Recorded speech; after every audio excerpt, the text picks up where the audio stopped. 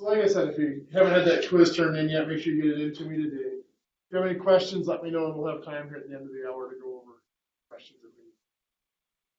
So we left off last class. We talked about direct proportion and what some call it, sometimes called inverse proportion. I'm going to call it inverse relation. It's not really proportional. Remember, in direct proportion, if one value got larger, the other value also had to get larger in that related way. Inverse, one value got larger, the other value had to get smaller in a related way. So we might be looking at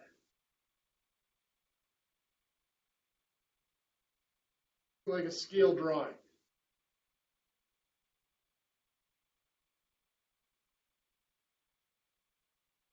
And the ratio, it's actually a rate technically that we'd be looking at, is the rate of the drawing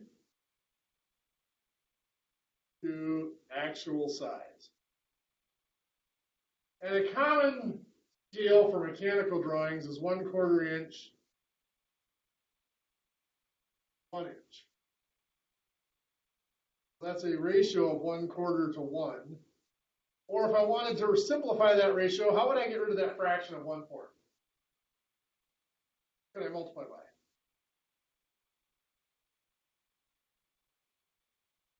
Multiply by 4, it gets rid of a fraction of 1/4. They just multiply by the denominator of the fraction. 1/4 times 4 is 1. 1 times 4 is 4. That's a 1-to-4 ratio. The object in the drawing, for every 1 unit in the drawing, there's 4 units in real life.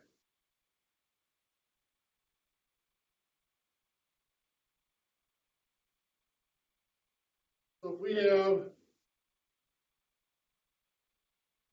drawn length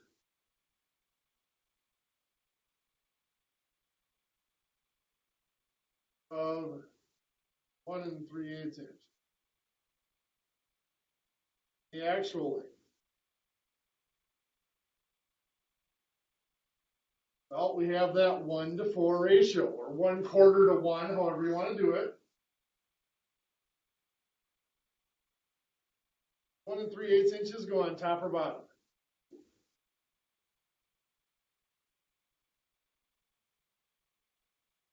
Drawn length, which one represents the drawn length, the 1 or the 4?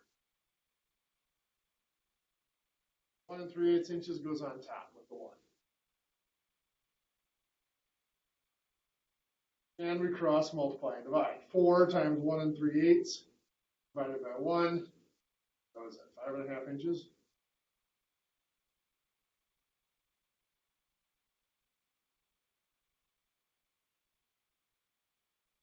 We get an actual length of 5.5 inches. This was a direct relationship. If the drawn length gets larger, the actual length gets larger. If the drawn length gets smaller, the actual length gets smaller. Now for larger objects, many of the mechanical things we look at, the drawing is not a lot smaller than the object itself because the part itself is not all that big.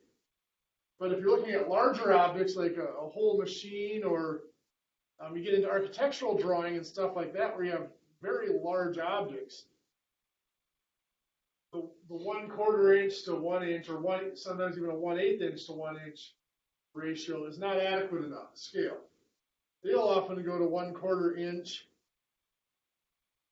equals 1 foot. Now, as you can see, this is not a ratio because 2 different units, inches and feet. If I wanted to make this a ratio, I could change one of those units. 1 foot is how many inches? Inches. So instead of 1/4 inch equals 1 foot, I could say 1/4 inch equals 12 inches. Now I can get rid of the fractions within this ratio by doing what? 4. 1/4 times 4 is 1, and I'm canceling out the inches. 1/4 times 4 is 1, 12 times 4 is 48. That's a 1-to-48 ratio.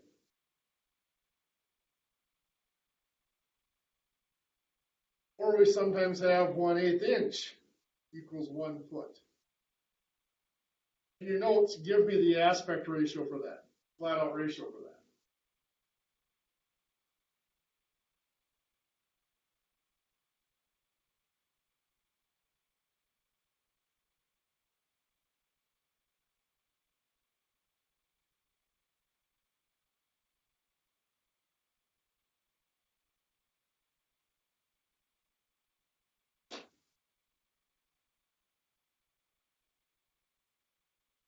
We've got 1/8 inch equals 1 foot. We're going to change that to 1/8 inch equals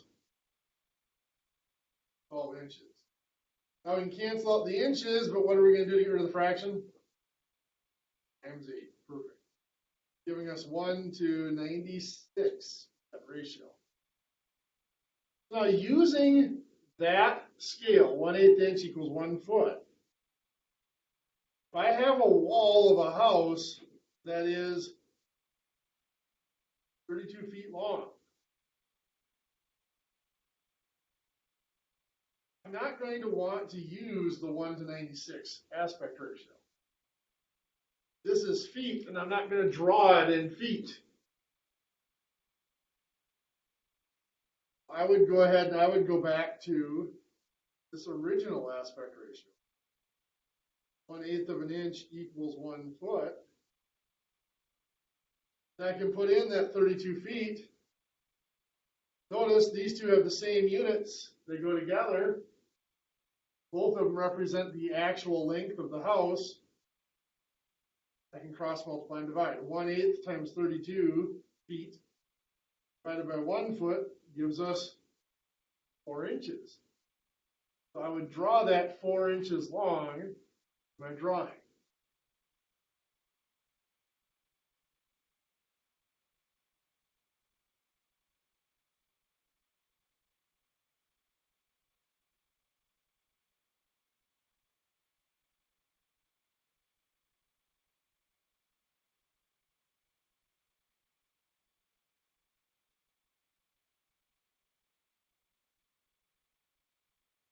Let's say we have a pulley system. We have an 8-inch pulley connected with a belt to a 3-inch pulley. And we know that the 8-inch pulley is turning 270 RPM.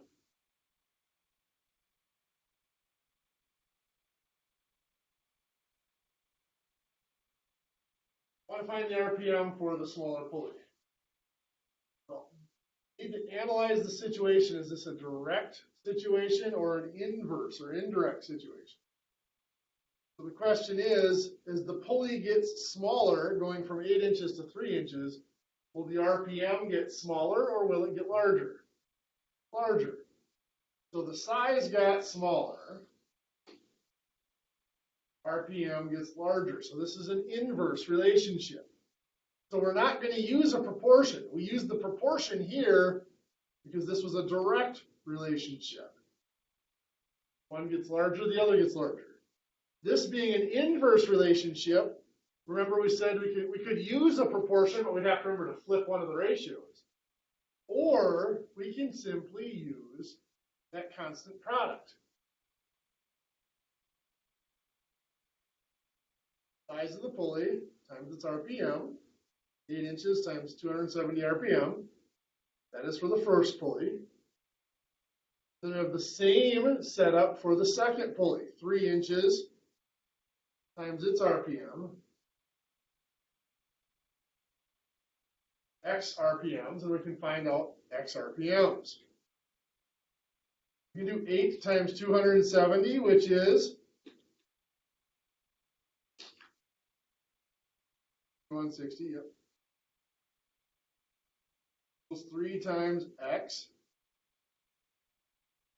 Then divide by 3 to get 720, good. That's 720 RPM.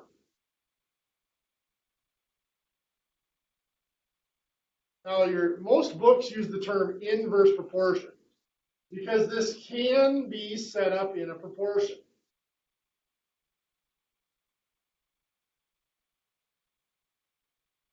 We have the ratio of sizes or ratio of diameters. Here is 10 inches to 3 inches. Or 8 to 3. 8 inches to 3 inches. We have the ratio of RPM, which in this case is 270 to X. But this is an inverse relationship. So if we don't remember how to set up this constant product here, if we want to set it up in a proportion, we have to remember that in an inverse relationship, one of the ratios has to be inverted. So I can't just set these ratios equal to each other. Either I have to leave the 8 to 3 and invert the other one, or I have to invert the 8 to 3, make it 3 to 8, and keep the other one the same. Notice neither one of them, one of the ratios is upside down compared to what you would think. This is the size of the big pulley, that's the RPM of the big pulley. In a direct relationship, they would have to match up. In an inverse relationship, we flip them. Notice the calculation here is going to be 8 times 270. Exactly what we did here, divided by the 3. Same here, 8 times 270 divided by 3. To me, this is extremely confusing. You're setting it up in a proportion, then you got to flip one of the ratios. I don't like it. If you can remember it, this to me makes more sense. It's a constant product. Because these numbers actually do have meaning. 8 times 270 is actually how much of the surface of the pulley is going around every minute. If that makes sense. 3 times X is the amount of surface of this pulley that's going around every minute. Well, they're connected by a belt, so the same amount of pulley surface has to rotate every minute for that belt to stay solid or keep from slipping.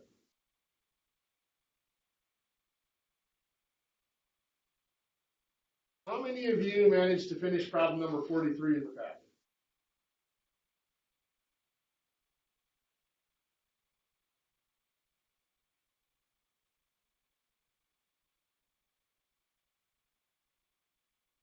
Number 43 was a little bit interesting.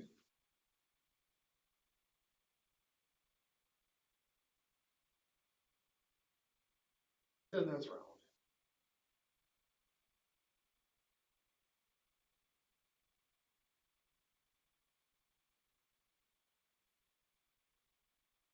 Did one similar to this in class the other day.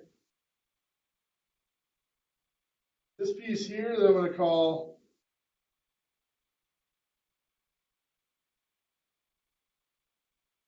this is a 1-to-1 slope, or 1-to-1 aspect ratio. From here, here, 0.250 inches. A little bit of a difference. Here is 0.20 inches. Diameter of our ball, 0.50 inches. And we are looking for this height here. Now the first thing I can find here is y. And I can find y pretty simply. This is 0.200 inches here. This dimension here can be found very quickly. If that's a 1-to-1 ratio, what's that length have to be?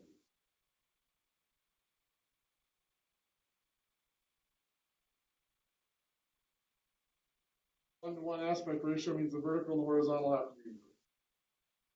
So then what's y have to become?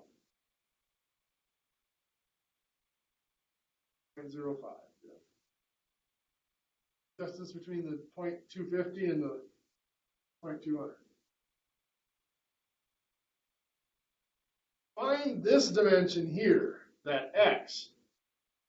We're going to need to do some breakdowns within our round piece of stock here.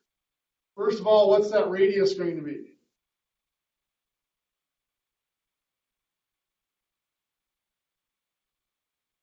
0.075. There we go. And of course, this radius is also 0.075.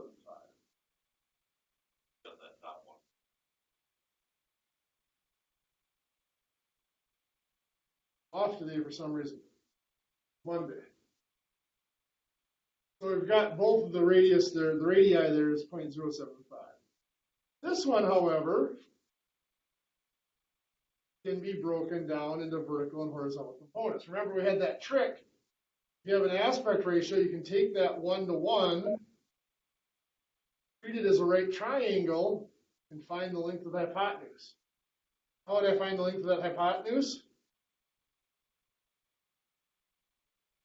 A squared plus B squared equals C squared. 1 squared plus 1 squared, and then square root. That's what, 1.414, I believe, units. Anybody have questions as to where that 1.414 came? I just took the vertical and horizontal aspects there, squared them, added them together to square root. Just A squared plus B squared equals C. Now over here, I'm going to call this A and A because they have to be the same. It's 1 and 1. I can find those distances using this aspect ratio. 0.075 relates to the hypotenuse. 0.075 would be the hypotenuse of that right triangle. That's 1.414. A has to go top or bottom. Has to go on top. It is from the same triangle as the 0.075, so it has to go with 0.075.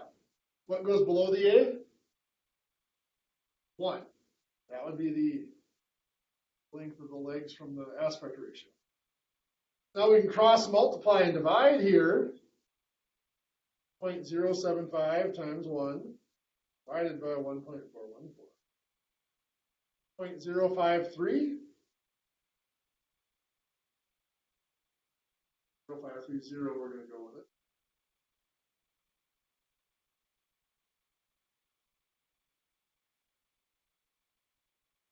What does that mean? That means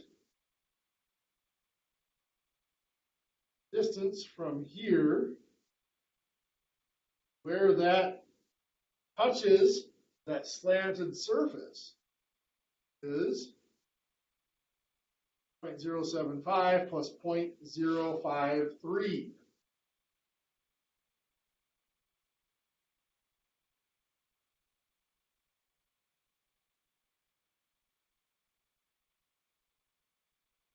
Right. 0 inches, correct? So again, that's from here to here.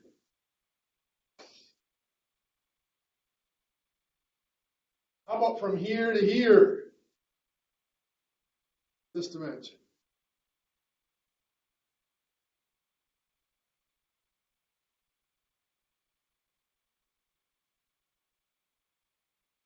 I've got the full distance from here to here is the 0.128, right? Yeah. Do I know this distance here?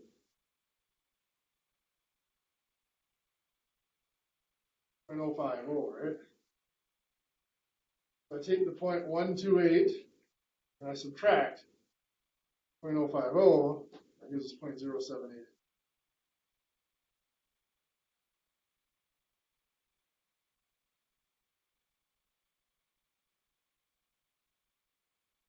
All I did is I subtracted out this flat piece on the bottom to know how far into that sloped surface I am. So from here to here on the sloped surface is the 0.078. Which means this height has to be how much? If it's a 1-to-1 slope or 1-to-1 aspect ratio. 0.078 as well, yes.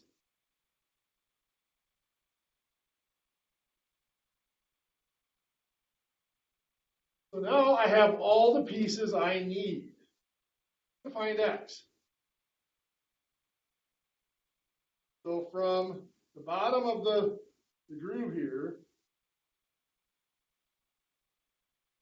where the round stock intersects the slope surface, we just found is 0.078.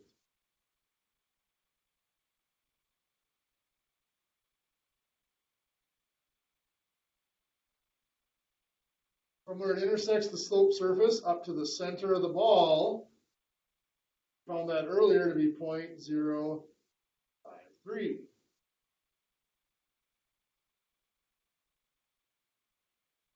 Center of the ball to the top of the ball. Radius 0.75.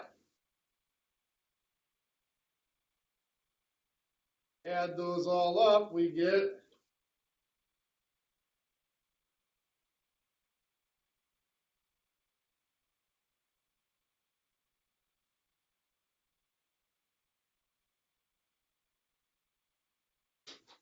well, the height bottom up to here was given as 0.200. So how far does the round stock stick up above? 1,000.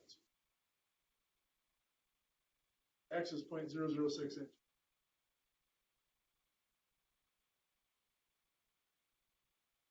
That's not necessarily a fun time. I admit that.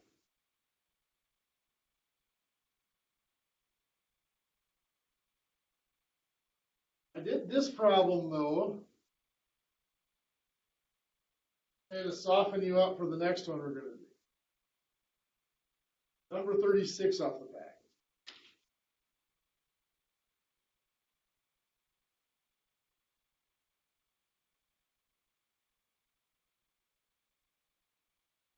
This is one of those that wouldn't necessarily expect you to be able to sit down and go through it all on your own. But hopefully you can follow along with the calculation I do, and maybe repeat the answer on a quiz someday.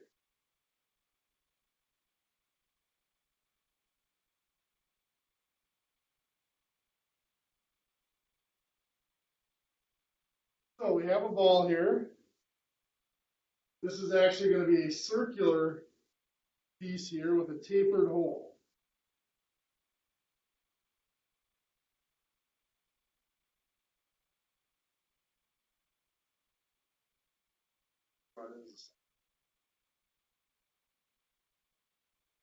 Ball is sitting down in this tapered hole. We have 1.20 inch diameter ball. Obviously, this is not drawn to scale. I cut off the bottom of this to make it a little bit easier to fit on the page. 4 1/8 inches high. We want to know X from the bottom all the way up to the top of that ball. We are given that this is a number 4 Morse taper. Now, I don't expect you guys to have your Morse tapers memorized, so I would give you what that ratio is. A number 4 Morse taper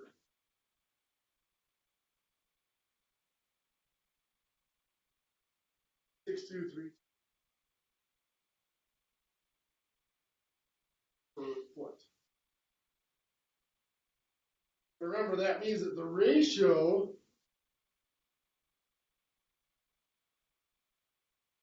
(326) 1 foot would be 12 inches.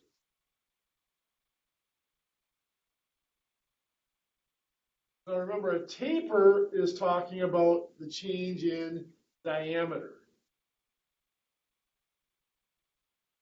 So on this tapered hole, the diameter changes by 0.62326 inches foot of length of that hole. However, we want to look at this one side at a time. So this is still going to be 12 inches in the vertical. That's along the length of it. But we're looking at the change of the radius. So if the diameter changes by 0.62326, the radius changes by 0.31163. All I did was divided this in half because that's describing a diameter. We want to look at the radius. Now we're going to look at our ball here. What do we know about the diameter or the radius of the ball?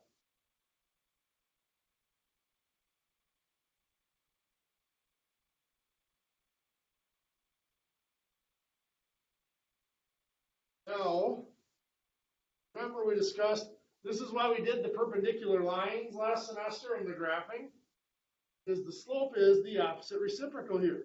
Remember, this radius of the ball is going to be perpendicular to that surface that's tangent to the edge of the ball. So that means this is going to have a ratio, it's going to be the reciprocal of that. It's going to be 3, 1, 1, 6, 3 in this direction and 12 in this direction. So we want to compare those triangles.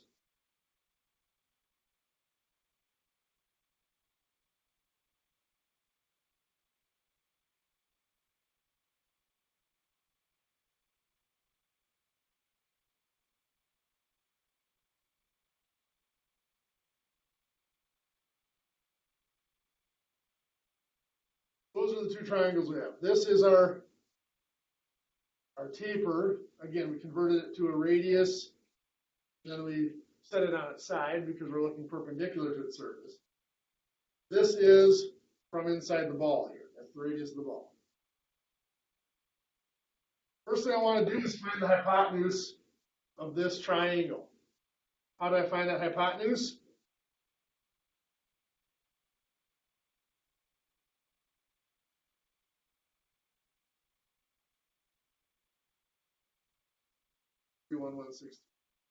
A squared plus B squared equals C squared. So this is going to come out to be just slightly more.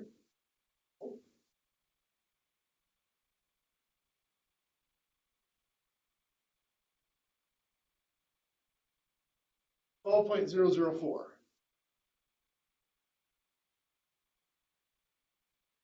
Now we need to find the sides over here. I'm just going to call these A and B for now. Side A at 600 would relate to the 12.004 because of the hypotenuse of each of the triangles. A comes from the 6. What goes below the A?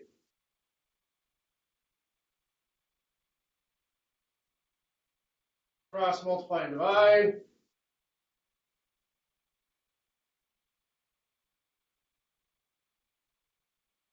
Six.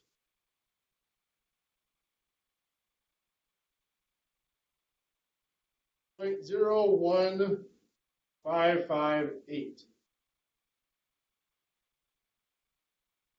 Actually, 0.0156 is where we're going to round.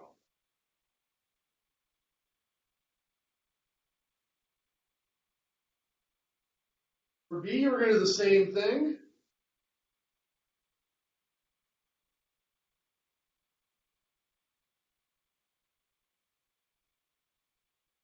Now.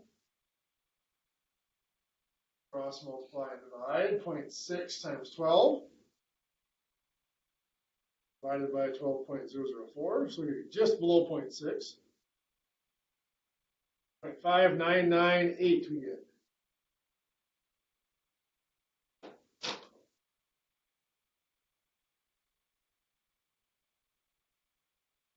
Up here, 5,998 and 0.156.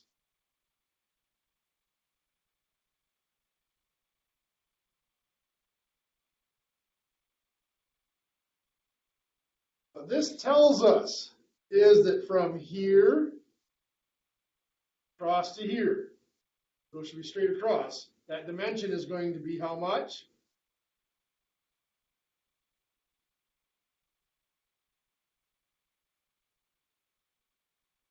Very good. This number divided by or multiplied by 2. Slightly less than the radius of the original ball. What we need to find now is the distance from the top of this down to that point where it hits those sloped sides. To do that, I'm going to draw this down here.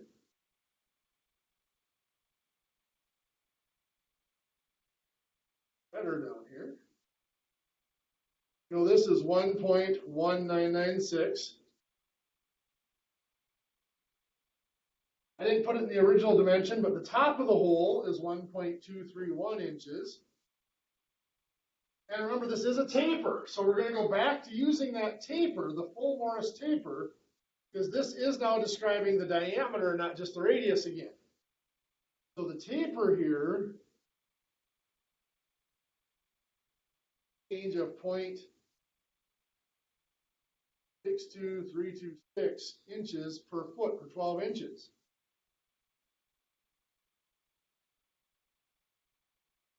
I call that L there. L relates to the 12 because they're both the length or the vertical dimension in this case. 0.62326 goes with the 12 because that's from the standard taper. What goes above this here?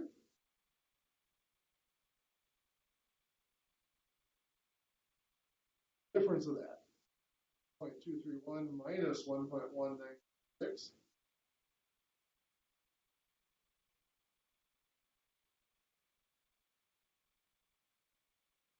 0.0314, is that what you get? So to find L, we're going to cross multiply and divide there. Times 12 divided by 0.623. 0.6046. That length.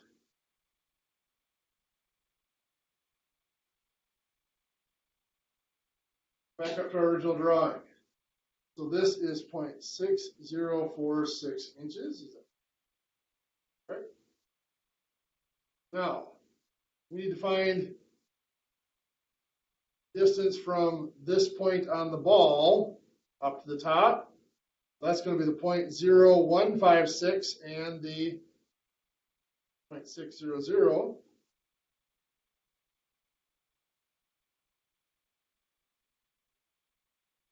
3.6156 inches, correct?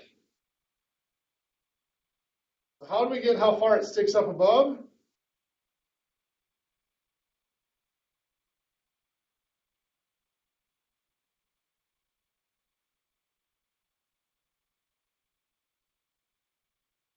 Correct. Right? This far from that intersection up to the top is 0.6046. From the intersection to the top of the ball is 0.6156. We subtract those. 0.0110 inches, does that look right? So the height all the way to the top, this here height, that dimension here, plus the 4 1/8. Remember, 4 1/8 would be 4.125. So x here, 4.1.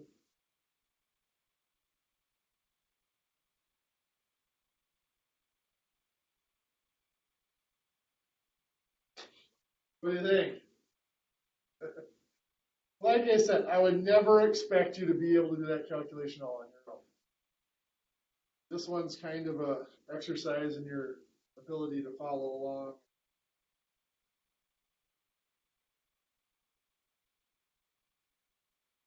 What was it that didn't catch the head? Make sure you've got that in.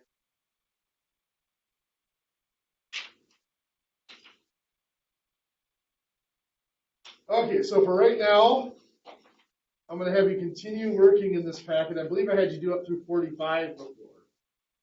44 and 45 are extra credits. If you get answers for either of those, show them to me.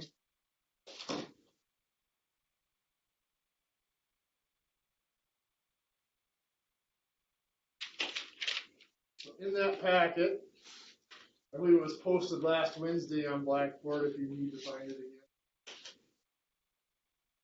Numbers 46 through, I believe it's 72. It is 72 in the packet.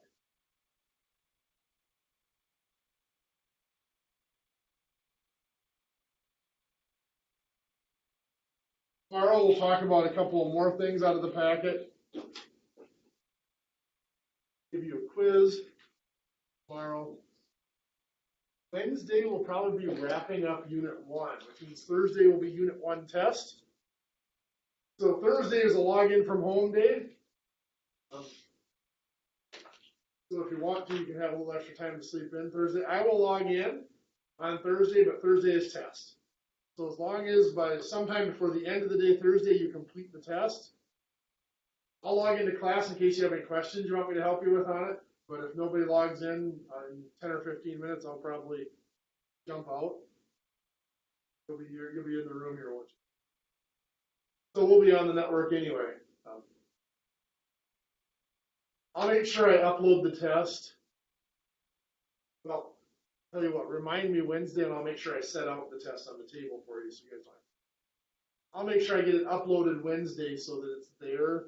So if you want to print it off, or if you do stay home that morning or whatever, you have it. I don't have to work on it, but I'll make sure I have hard copies here for you too. Okay, so you guys have the last 10 minutes. You can work on that homework if you like.